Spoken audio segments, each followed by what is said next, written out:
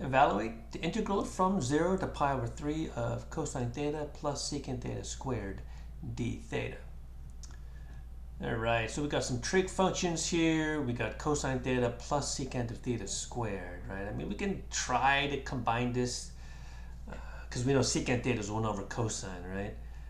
But in this case, we'll just go ahead and square this guy and sort of see what we get, okay? So we get 0 to pi over 3, right? That doesn't change. What happens when we square this out, right? We get cosine squared theta plus 2 cosine theta times secant of theta plus the secant squared of theta.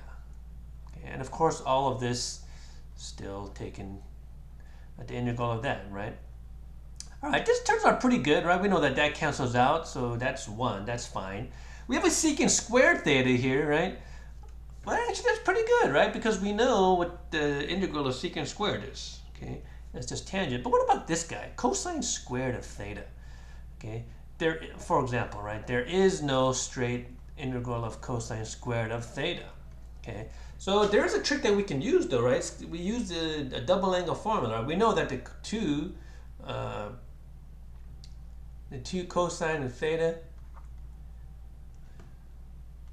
Oops, I'm sorry. It's cosine of 2 theta, right? Cosine of 2 theta equals 2 cosine squared theta minus 1, right? So it turns out that cosine squared of theta equals the cosine of 2 theta plus 1 over 2, right? So that's what we're going to do in this case, right? We're going to replace the cosine squared theta with this guy right here.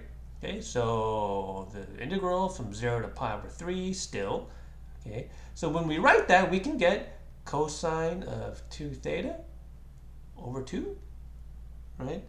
Plus the 1/2 plus the 2 plus the secant squared of theta. And of course, well, that one, right? 1/2 plus 2, we can just combine that, right? So 0 to pi over 3 of cosine of 2 theta over 2, okay, plus 1/2 plus 2, which is of course just 5/2, right, plus secant squared theta, and all of this d theta right here.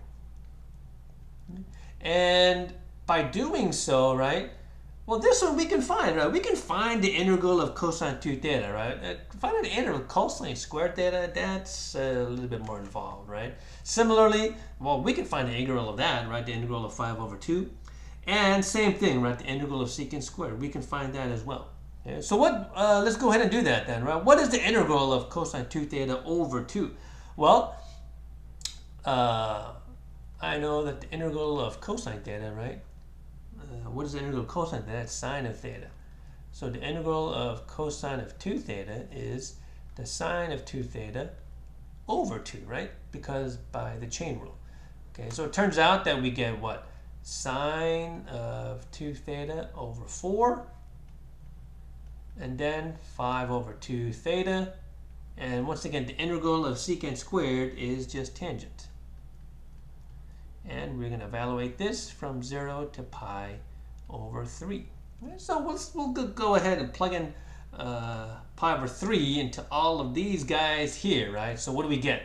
We get, okay, 1/4 sine of, well, 2 times pi over 3 is 2 pi over 3, plus 5 over 2 times pi over 3, that's just 5 pi over 6, plus the tangent of pi over 3. Okay? So that's what we get once we plug in the pi over 3 into each of these guys.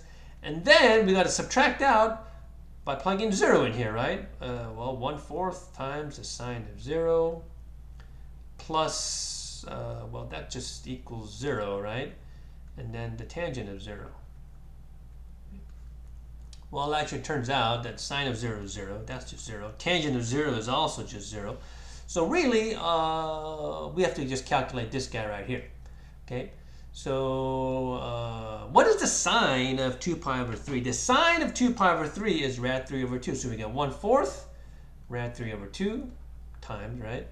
Plus 5 pi over 6 plus the tangent of pi over 3, which is just radical 3. Okay. So this stands alone by itself. There's really nothing we can do with that. This is rad 3 over 8. So rad 3 over 8 plus rad 3 over 1 plus 5 pi over 6. We'll get the LCD here to get this 8 over 8. So we get 9 rad 3 over 8 plus 5 pi over 6. Right? And this should be our final answer here.